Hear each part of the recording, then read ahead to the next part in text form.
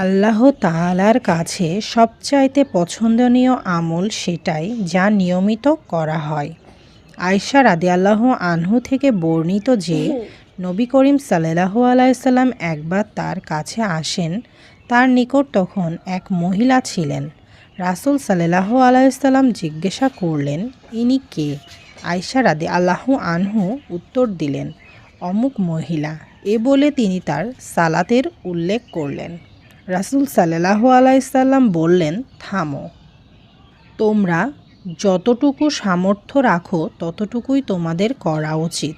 আল্লাহর কসম, আল্লাহ তাআলা ততক্ষণ পর্যন্ত সওয়াব দিবে বিরত হন না যতক্ষণ না তোমরা নিজেরা ক্লান্ত হয়ে পড়ো। আল্লাহর কাছে সবচাইতে পছন্দনীয় আমল তাই যা আমলকারী নিয়মিত করে থাকে।